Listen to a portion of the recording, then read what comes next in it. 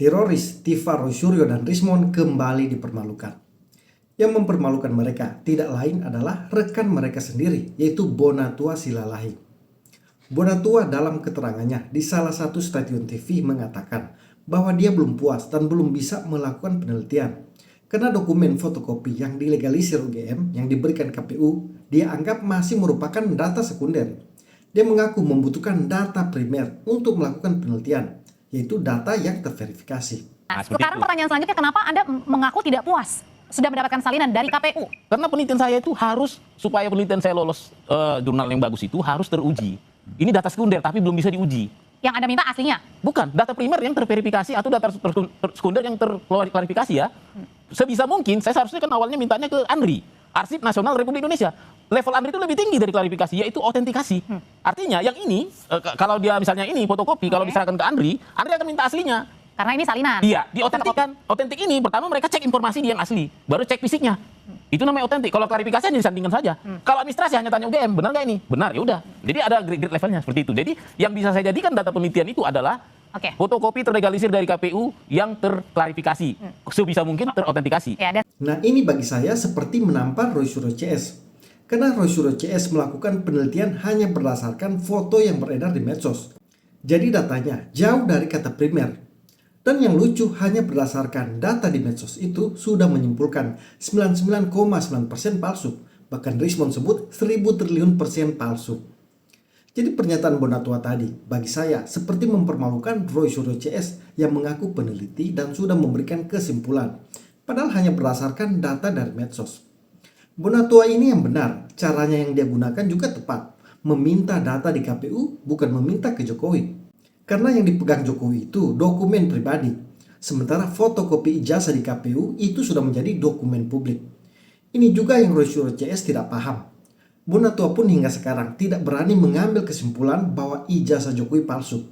Jadi inilah contoh penelitian yang baik.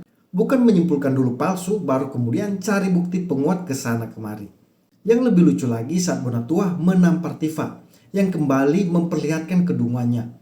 Tiva menyimpulkan bahwa mereka menemukan kejanggalan baru, bahwa semua spesimen fotokopi ijazah Jokowi berbeda. Gini ya, kalau beliau itu melaporkan kami bertiga atas kasus pencemaran nama baik, atas kasus fitnah, maka beliau harus membuktikan apakah keenam ini, ya, keenam bukti ya, kalau Pak Devi tadi udah katakan fakta, ini fakta. Fakta ya, dikeluarkan nggak main-main loh. Oleh Barreskrim loh ini fakta ya.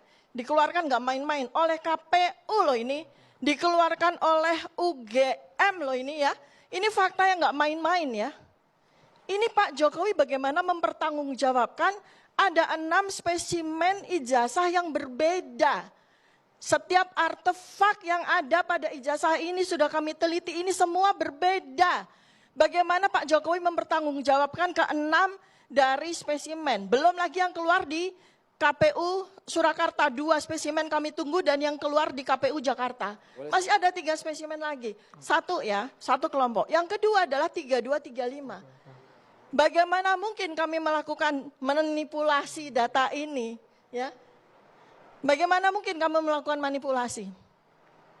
Sedangkan semua spesimen itu secara analog itu ada di beliau. Baru kemudian kata beliau diserahkan, ya, kata beliau diserahkan, ya, yang kami lihat selama 5 menit apa dokumen yang diserahkan, kami lihat ya, ini saya saksi berdua, Pak David, Pak Arianto nggak ikutan waktu itu gelar perkara khusus 15 Desember 2025, itu berbeda lagi dengan apa yang ada di sini. Berbeda, saya bisa bukti, oh iya saya bisa buktikan. Sementara Bonatua menegaskan semua spesimen itu identik. Berarti tidak ada perbedaan. Saya urut lagi ini dari atas ini ijazah tahun 2019. Di sini di tengah ini 2014 dan di sini berarti 2012. Nah, di antara yang ketiga ini informasinya sama semua kecuali yang namanya leges sama tanda tangan dekannya. Untuk yang 2012 dan 2015 itu dekannya sama. Yang merah ini ya. Selainnya itu semuanya identik lah, sama semua, boleh saya bilang identik. Kalau masalah ukuran saya tidak mau berkomen karena memang tahun 2019 ini sistemnya sudah silon. Jadi dia bisa aja mengalami hasil scan itu kan bisa dikompres, kan gitu. Kalau yang ini, yang sama yang ini dulu sistemnya masih hard copy. Tapi sama nggak yang 2014 dengan 2019 itu sama persis? Sama identik? persis. Nggak ada bedanya, tanda Nggak tangan ada. dekan sama, stempel sama, komposisi huruf sama, fontnya sama, Identik. header dan footernya sama Iya. semua gitu, identik ya? Iya. Oke. Sebelum Roy Suryo sampai ke studio ini, disampaikan oleh Bonatua bahwa salinan ijazah yang didapat Ya, ini. itu identik. Nah, silakan diulangi lagi Pak Bonatua. Biar Identik dengan yang kami teliti. biar Roy Suryo dengar. Saya udah dengar. Identik dengan yang kami teliti, artinya yang kami dan teliti Bonatua itu tidak salah. mempersoalkan Oh, enggak. soal Benar. lebarnya kertas dan lain sebagainya. Oh ya nggak apa-apa. Ya. Beliau adalah Nah, itu yang disampaikan ke publik. Oke. Ya. Itu beda. Iya, ya, makanya itu saya mau Saya sampaikan supaya pengamat telematika. Bonatuanya jangan Ya. juga akhirnya merasa dieksploitasi nih.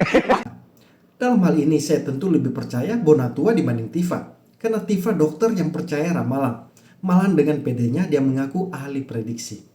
Bonatua juga mengaku akan bertemu Jokowi dan mewawancari langsung supaya penelitiannya berimbang. Ini juga bagi saya sindiran kepada teroris. Karena memang penelitian yang benar harus izin dan wawancara langsung sumber atau orangnya. Karena yang diteliti kan ijazah Jokowi. Supaya juga hasil penelitian bisa dipertanggungjawabkan. Diri ranah private. Nah, ranah private itu sudah ada grup RRT. Ya, karena saya sifatnya penelitian saya adalah kualitatif, eksplanatif, maka saya harus memperkaya perspektif. Mau nggak mau nanti supaya perspektif saya balance di pembaca, saya harus bertanya ke Pak Jokowi. Kemarin sudah saya kirim ke Pak Jokowi surat saya.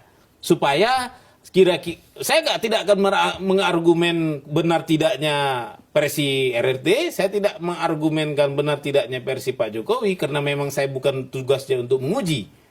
Saya hanya memberi perspektif awal supaya orang jangan salah paham terhadap penelitian saya.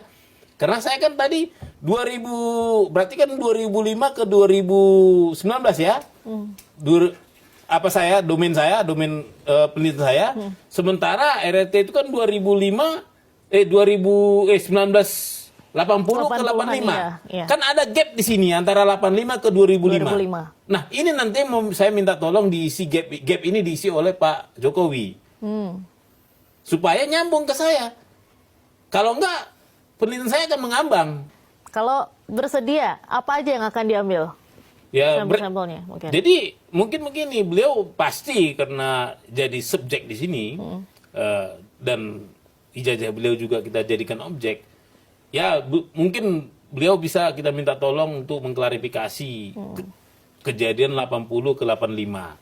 Sekaligus bercerita 85 ke 2005 apa saja sih, Pak? Saya dengar juga kerja di Aceh, di BUMN Aceh Craft. Ya, kalau boleh beliau mengisi itu supaya tadi nih gap ini bisa diisi. Jadi gap analisis kita sempurna nih.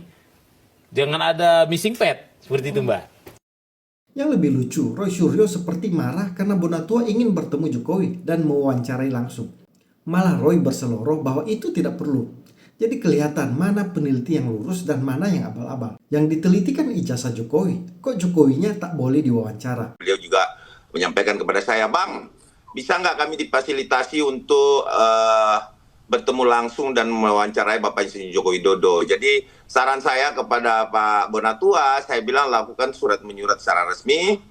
Kemudian kalau memang mau buat buku, ya wawancara langsung untuk memang melengkapi penelitian yang fair. Artinya bukti primer bahwa Mas Roy mengatakan tidak perlu. Saya rasa Pak Bonatua tidak berprinsip seperti itu.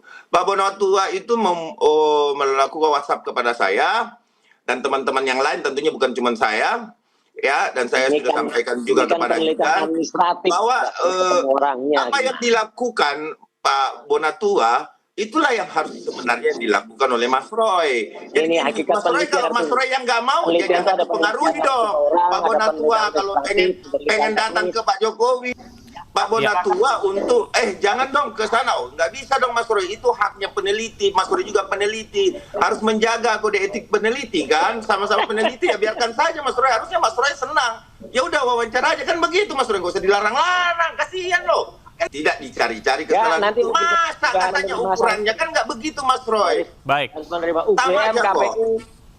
90% Bonatua menyampaikan kepada saya bahwa identik, Mas Roy. Ini menurut Bonatua ya lo ya. Jadi saya bilang, oh nggak ada masalah dong ya Pak Bonatua. Nggak ada masalah Bang, identik Bang. Baik, Ya Mas Ade. sudah, gitu loh. Pernyataan Bonatua ini semakin menguatkan juga pernyataan dua ahli digital forensik ini, yaitu Solihul Huda dan Abimanyu Wahyu Widayat. Dia ahli digital forensik gini. Ketika dia mengatakan Basul, dasarnya apa Basul? Ini setelah kita forensik ternyata begini. Lah Anda tahu enggak yang asli mana? Kalau yang asli enggak tahu ya jangan bilang bahwa ini adalah palsu. Ini saya bicara apa adanya, saya tidak menyalahkan siapa-siapa, gitu ya, karena saya tidak mau berpolemik dalam bidang yang seperti ini, tapi saya hanya memberikan penerangan ke masyarakat. Jadi saya harapkan mulai sekarang setelah melihat video saya ini, kalau ada atau siapapun mengatakan ini palsu, silakan. Tapi semua alat bukti harus dicek dulu secara dianalisis dengan analisis digital forensik. Dan ketika nanti sudah oke, ya Anda harus tahu yang asli yang mana. Setelah yang asli ketemu, yang Anda temukan ketemu, baru nanti dikonformen, dibandingkan. Kalau dibandingkan, kalau ternyata kebersamaannya di atas 80%, ya Anda harus mengakui bahwa itu asli. Tapi kan syaratnya Anda harus punya dokumen ijazah yang asli. Kalau Anda perbandingannya dengan sosmed, tidak bisa bro. Seperti itu nggak bisa, nanti pasti ada masalah hukum di kemudian hari. Kalau Anda percaya, silakan aja nekat. Kalau sampai pengadilan, saya jamin Anda kalah. Terima kasih. Salam digital forensik. Sehat semuanya. Sehat selalu. Salam Polke. Selamat. Hai. Udah banyak pihak yang menanyakan kepada saya, pengen tahu komentar saya atau ulasan saya terkait dengan hal yang lagi ramai, yaitu beberapa pihak yang mempertanyakan keaslian ijazahnya Jokowi. Ya, langsung saya sebut aja kan yang lagi ramai itu adalah orang yang saya kenal, ya, dan saya yakin mereka berdua juga sangat kenal saya, yaitu Roy Suryo dan Rismon Sianipar Hasiholan. Ya, orang yang mempertanyakan kepada saya ini adalah minta masukannya terkait atau minta pendapat saya. Oke, saya nggak mempertanyakan mengenai keabsahan ijazah tersebut dan sebagainya karena saya belum diminta yang berwajib.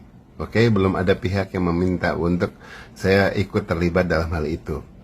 Justru saya sekarang ini ingin mempertanyakan kepada pihak-pihak yang mempertanyakan hal tersebut dalam hal keberhakannya, seberapa berhaknya orang yang bersangkutan itu melakukan pengungkapan seperti apa yang sekarang sudah dilakukan, ya.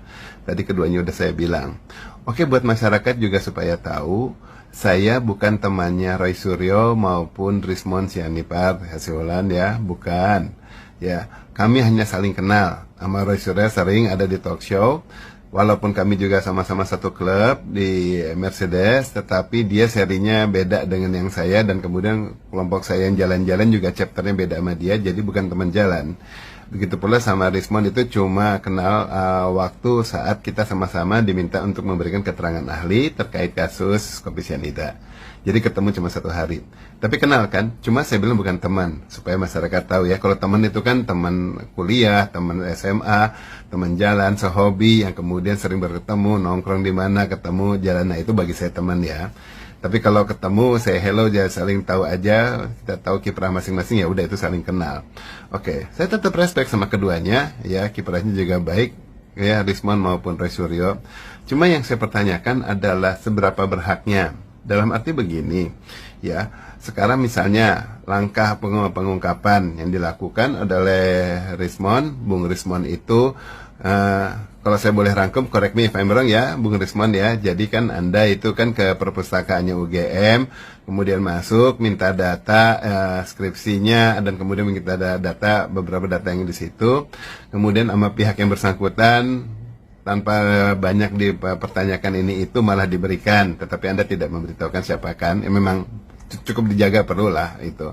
Setelah Anda dapat datanya, Anda foto-foto, dan kemudian Anda lihat, Anda ulas, ternyata Anda punya ulasan, Anda punya temuan yang menurut Anda itu adalah tidak sah ataupun tidak benar, ya tidak absah, kemudian dipublikasikan ke masyarakat. Ini yang saya pertanyakan. Gini, saat Anda masuk ke sana memang tujuannya kan untuk menguji ya seberapa benar skripsinya dan lain sebagainya ya, data-data tersebut.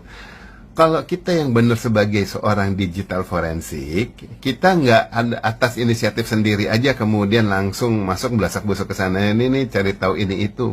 Menurut saya sih enggak gitu loh. Bahkan demikian pula pihak kepolisian yang bahkan sudah mempunyai hak, seperti misalnya contohnya yang kayak pihak yang waktu itu malah berseberangan sama saya, misalnya kayak Muhammad Nuh. Dia memang polisi yang memang tugasnya sebagai digital forensik. Jadi kemudian kalau dia melakukan pengecekan bisa, tetapi dia pun tidak punya hak untuk segera memeriksa kecuali atas permintaan atasan, atas penugasan khusus, misalnya mengungkapkan sesuatu bagian dari tugas dia. Nah itu baru dia bergerak ke arah sana, nggak seinginnya aja mau-maunya gitu. Itu yang normal. Dan kita-kita yang sipil, termasuk saya dan Rismond dan Roy, kita ini kan melakukan digital forensik pada saat diminta bantuan baik oleh hakim maupun oleh polisi ataupun pengacara, semuanya penegak hukum ya. Baru kita turun tangan melakukan pengujian. Nah, kalau tanpa diminta yang berwajib, tanpa orang pihak hukum, berarti apa yang kita lakukan itu menurut saya melanggar hukum. Karena kita menjadi orang sipil biasa, cuma memang mempunyai kemampuan untuk melakukan penelusuran, untuk melakukan pengujian digital, dan lain sebagainya. Ya kan? Nah, kemudian pada saat kita menerima penugasan, bila itu justru baru itulah kita seakan-akan mempunyai pangkat keberhakan untuk melakukan pengujian, dan bahkan tidak bisa dibilang tidak tersentuh, karena apa yang kita lakukan sudah atas nama hukum. Dan penjelasannya kepada masyarakat harusnya juga dibatasi, dalam arti kita harus lihat mana-mana yang menjadi konsumsi masyarakat, mana-mana yang nanti menjadi ulasan untuk masuk ke hukum. Hal itu yang sering saya selalu ungkapkan, ya selalu istilah saya jelas sekali, saya bilang apa yang saya jelaskan selalu adalah nanti kalau yang demi hukum itu secara penjelasan hukumnya itu selalu demi hukum dan hanya kepada orang hukum. Jadi kalau sekedar pengacara aja atau siapalah dia seorang penegak hukum, bahkan polisi yang nanya, tetapi itu bukan demi hukum dalam arti bukan untuk penugasan, tidak ada suratnya kejelasan surat tugas dan kemudian bukan di pengadilan, saya nggak akan menjawab yang kayak gitu. Nah kalau ke media, yang saya jawab juga hal-hal yang umum, bukan hal-hal yang mendetil. Karena tetap yang namanya ketenangan publik ya, ketentraman publik itu tetap harus diutamakan. Jangan sampai yang kita ungkapkan hanya sekedar isu-isu dan kemudian penguatan hukumnya, dasar hukumnya nggak jelas, kemudian malah masyarakat jadi resah. Kalau saya sih menjaga diri saya kayak gitu. Ya itu kalau saya sih biarkan Anda juga mau melakukan, kalian mau melakukan hal yang kayak gitu ya bebas-bebas aja cara pikirnya. Itu yang bagi saya kayaknya membedakan saya dengan Anda gitu loh. Nah kemudian temuan yang dilakukan di situ, apakah memang waktu minta itu Anda bilang Anda mau menguji, ataukah diam-diam dulu nanya, habis itu kemudian setelah dikasih Anda lakukan foto-foto. Nah, kalau dilakukannya diam-diam berarti apa yang lakukan itu salah. Karena pada saat perekaman tersebut bukan atas dasar hukum, tetapi sebagai sipil biasa aja. Ya status hukumnya rekaman tersebut lain. Beda kalau atas dasar hukum, udah ketahuan jelas, maka apa-apa yang kita rekaman di situ memang sudah mempunyai kekuatan hukum, bisa kita elaborasi lebih lanjut. Kemudian saat saya umpamanya kalau kita publikasikan ke masyarakat, itu menurut saya juga salah. Kenapa? Seharusnya sebagai warga negara masyarakat, ya, bagi warga masyarakat lah, yang kita lakukan adalah melaporkan kepada yang berwajib. Karena memang mereka yang ditugaskan itu. Kita laporkan, kita kasih lihat temuan kita kayak gini, kemudian biar yang bersangkutan melakukan follow up. Paling tidak kita publikasikan kepada masyarakat, kita udah ada temuan, kemudian biar nanti polisi melakukan pengulasan lebih dulu. Itu menurut saya yang proper. Well, kalau pernyataannya atau pemikirannya, soalnya wah nggak mungkin percaya sama polisi, nanti malah ketunda lain sebagainya. Berarti kita nggak percaya polisi, berarti kita nggak percaya hukum. Well, yang gak usah jadi warga negara Indonesia kalau kita nggak percaya sama polisi sih, menurut saya ya, gitu loh. polisi aja percaya sama saya, percaya saya sebagai warga masyarakat, dan kemudian percaya saat minta saya untuk memberikan keterangan ahli, saya dianggap mampu. Nah, kemudian kebaliknya pada saat saya sebagai warga kembali, umpamanya biasa, kemudian kenapa saya tidak bisa menghargai polisi? Ya saya harus hargai. Bahkan yang berpangkat kopral sendiri pun yang di jalanan yang coba kayak gimana, atau berita atau apalah itu, saya harus hormati karena mereka bagian dari institusi yang saya harus hormati. Ya secara hukum bekerjanya seperti itu. Gitu, nggak bisa kita kemudian sekadar kita terabas, kita nggak percaya semuanya kemudian kita lakukan sendiri. Menurut saya sih itu nggak benar, gitu, ya. Itu langkah yang bagi saya salah. Nah, kemudian mengenai penjelasannya Roy Suryo, punten nih Mas Roy, ya, Anda mengutarakan bahwa mengenai kebebasan publik ya untuk melihat data, itu lihat kebebasan publik yang mana? Ya, publik yang dibilang bebas itu adalah pers, ya, kebebasan pers. Iya, undang-undang yang mana sih kalau Anda, menurut Anda, yang kebebasan publik? Itu pers yang mewakili publik, ya kan, itu ada undang-undangnya dan ada penguatannya karena mereka mempunyai suatu tugas pengungkapan pada saat itu juga diminta sama atasannya. Bukan berarti anggota masyarakat siapapun bebas kemudian melacak-lacak membuka ini itu, enggak lah, ada dasarnya semua.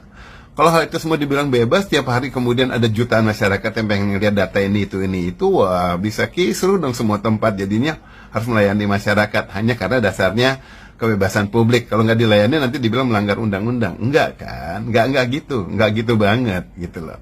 Nah, dalam hal undang-undang tersebut, Mas Roy bilang bahwa Anda lah yang meresmikan atau membuat undang-undang itu. Salah Mas Roy, salah banget, bukan Anda. Paling tidak bukan sendirian. Kalau Anda mungkin ada di komisi tersebut atau pernah diminta masukannya, itu kan berarti ada suatu kelompok yang secara kolegial bersama-sama tim untuk melakukan pengulasan data yang ada, kemudian diungkapkan, akhirnya dirangkumkan gitu. Nah, itu kemudian baru diumumkan kepada publik. Itu yang benar, dan kemudian yang mengumumkannya siapa? Ya pihak ketua DPR atau ketua komisi untuk menjadi rancangan undang-undang gitu. Wah, waktunya udah habis, mau 10 menit. Saya sambung ke Partu ya. Hai, ini Partunya ya. Kalau ada yang mendadak langsung masuk ke sini, tolong slide dulu. Kemudian nonton yang pertama, nanti nggak nyambung. Oke? Ya, saya lanjut. Gitu Mas Roy, jadi kalau umpamanya kita sudah secara kolegial merumuskan sesuatu, kita nggak bisa mengakui bahwa oh sayalah atau pribadi yang membuat ini dan kemudian meresmikan, enggak. Ya akuilah dan kemudian hargailah pihak-pihak yang lain yang terlibat. Kan nggak lucu misalnya ada suatu perusahaan, kemudian perusahaan apalah, mobil otomotif bikin gitu. Ya, nah kemudian pas mobilnya diciptakan langsung ada pihak yang bilang, oh itu buatan saya gitu. Ya enggak, kan yang meresmikan, yang buatnya itu adalah pihak yang memang bertanggung jawab untuk merilis dan kemudian mungkin pemiliknya. Ya, atau kita mempunyai satu pekerjaan yang jadi satu ujung ke ujung udah kemas balik. Hanya kita ada part kecil dari suatu bagian, masa kita mengakui keseluruhannya bagian dari kita dengan mengaku-akukan bahwa keterlibatan kita? Ya enggak lah gitu. Kemudian mengenai yang Anda bilang Anda mengetahui dan mengetahui mengenai undang-undang ITE dan bilang juga bahkan Anda yang buat, ya itu juga salah lah. Ya, kita tahu ya Undang-Undang Nomor 11 Tahun 2008, Undang-Undang Nomor 19 Tahun 2016, kemudian itu ya revisinya ya, kemudian revisinya lagi Nomor 1 Tahun 2024. Itu kan dikerjakan secara kolegial, baik oleh UGM maupun kemudian oleh pihak ini juga, oleh pihak UI kalau nggak salah ya. Nah itu banyak pihak yang terlibat, yang terumuskan. Nah itu jangan diakukan kemudian, oh aku yang membuat di sini loh. Seakan you want to declare yourself bahwa you are involved fully to the entire gitu. Enggak lah, kan bagiannya. Jadi bilangnya paling tidak saya mengetahui dan saya merupakan bagiannya gitu. Hargai pihak-pihak yang lain kalau kerjanya secara teamwork. Karena itu juga kemudian jerih payah yang lain dan bahkan kita nggak pernah tahu peran kita seberapa besar atau seberapa kecil sehingga terjadinya atau dihasilkannya sesuatu gitu. Hanya nggak proper aja kalau pernyataan itu, saya sayangkan ya. Nah kemudian mengenai penjelasan bahwa word perfect itu sudah lebih banyak digunakan daripada word star, Mas Roy kan bilang gitu. Saya kasih masukan, saya nggak bilang koreksi. Kalau yang saya tahu, yang memang saya gunakan dan yang banyak pakai di mana-mana, WordStar justru lebih dulu rame di Indonesia, udah berversi, kemudian WordPerfect keluar belakangan dan mulai diminati. Karena kalau di WordStar kan lebih baik semuanya pakai tag ya. kurung buka B kurung lebih kecil B lebih besar B tutup, kemudian berarti itu nanti bold ditutup lagi, B lagi tutup di sini top ya kan, kemudian I italic underline U dan semuanya kayak gitulah, semua tag-tag yang kayak gitu ya kan. Itu nggak praktis walau kelihatannya bagus, tapi kemudian keluarlah Word Perfect yang kemudian lebih modern, lebih enak deh untuk setting-settingnya ya kan. Jadi menurut saya Word Perfect setelah WordStar, bukan kebalikannya ya. Dan mengenai hasil cetakan dibilang bahwa di era tersebut cetakan hanya dot metric ya, enggak, menurut saya enggak ya. Inkjet itu udah keluar dari tahun 80-an loh ya, berbagai merek inkjet itu udah mulai keluar, udah ada ya. Dan saya tidak menganulir berarti saya bilang bahwa itu benar inkjet, enggak kan, kita ngomong sekarang sudah ada itu apa belum gitu loh ya, secara teknologi. Jadi inkjet sudah ada, dan kalau sudah keluar kemudian editornya Microsoft Word itu udah keluar dari 1980-an juga udah keluar ya, yang versi satunya, versi lama, kemudian baru direvisi dan diperbarui kan bertahap berikutnya.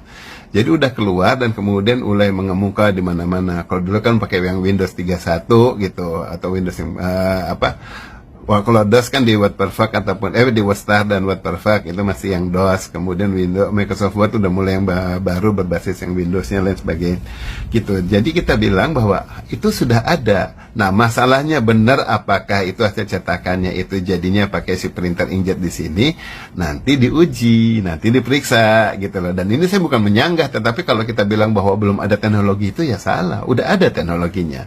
Cuma apakah itu diimplementasikan benar atau tidak gitu ya.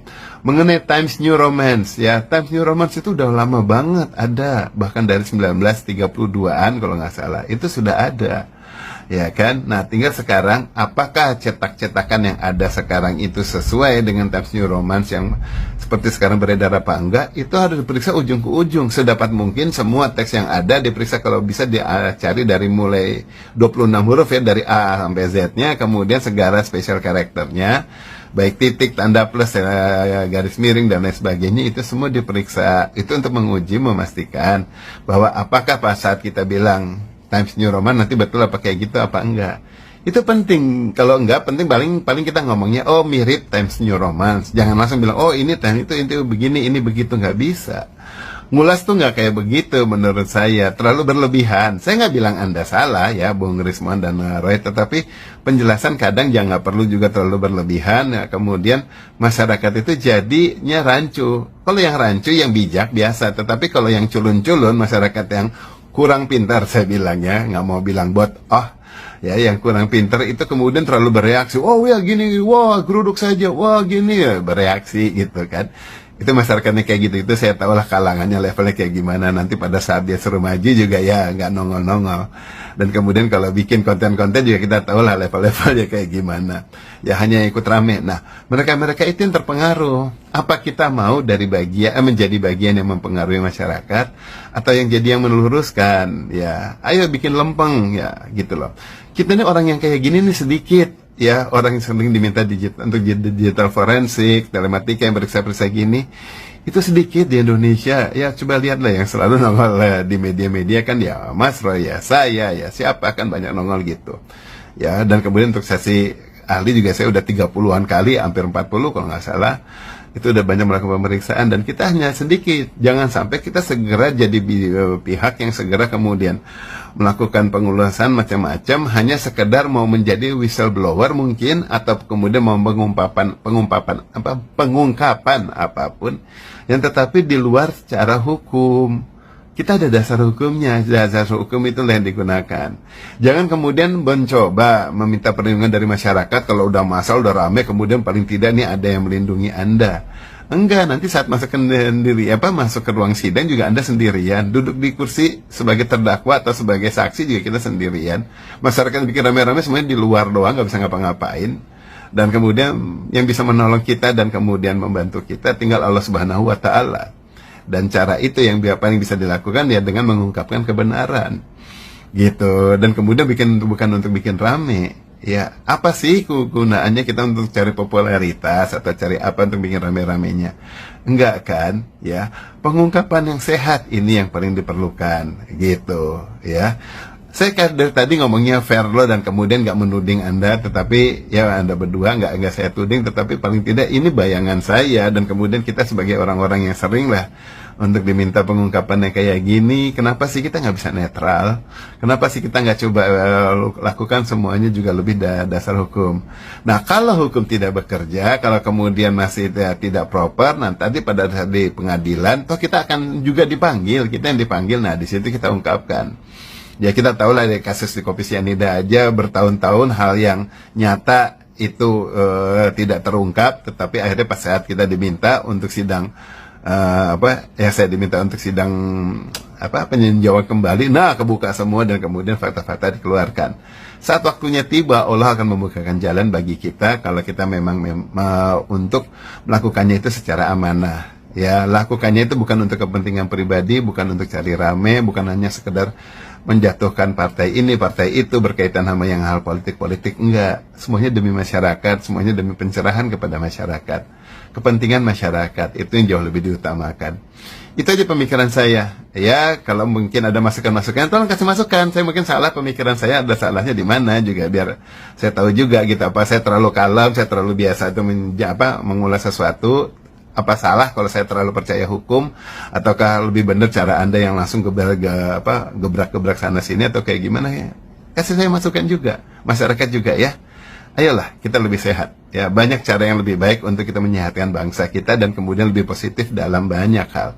Itu saja, mohon maaf kalau ada kata-kata yang nggak tepat, mohon maaf kalau ada istilah yang kecepatan ataupun ngomong-ngomongnya yang, mohon maaf kalau ada yang kesinggung, ada kemudian tidak berkenan dengan keterbukaan saya dan kemudian pengungkapan saya yang seperti ini. Maaf, ini tujuan saya untuk mencerahkan bangsa Indonesia, masyarakat Indonesia, agar kita tujuannya kita bisa lebih maju dan lebih sehat pikirannya. Maju itu dalam hal itu, ya nggak hanya di teknologi. Oke, wabillahi taufiq wal hidayah. Wassalamualaikum warahmatullahi wabarakatuh. Salam hangat, Jabat Erat.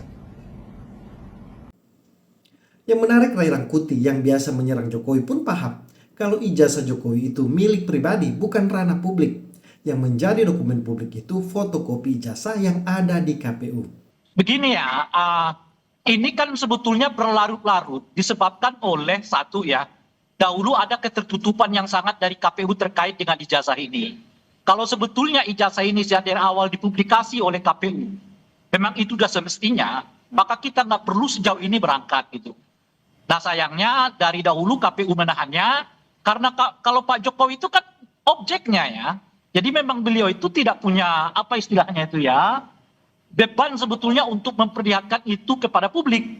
Yang wajib memperlihatkan itu adalah KPU. Dan dari dahulu sudah dimintai aslinya dari KPU, tapi KPU selalu berlindung di belakang kerahasiaan individu gitulah kira-kira. Pernyataan Ray Rangkuti ini seperti membela Jokowi, karena selama ini Roy Suryo CS mengklaim ijazah Jokowi itu dokumen publik dan memaksa diserahkan Jokowi. Jadi memang kelihatan jelas kualitas teroris ini. Pemahaman mereka saja masih rendah, tapi sok mengaku ahli atau pakar. Kembali ke Bonatua. Jadi bagi saya, Roy Suryo CS harus banyak belajar ke Bonatua. Itulah cara penelitian yang benar. Meneliti itu harus berdasarkan data primer, bukan data yang diambil di medsos. Meneliti itu juga harus mewawancarai si pemilik ijazah supaya berimbang. Jangan sudah menyimpulkan di awal 99,9% palsu, baru kemudian melakukan penelitian. Teman-teman, itulah beberapa informasi yang bisa saya share di video kali ini. Kalau dirasa bermanfaat, jangan lupa komen, like, dan bagikan. Salam kontra narasi.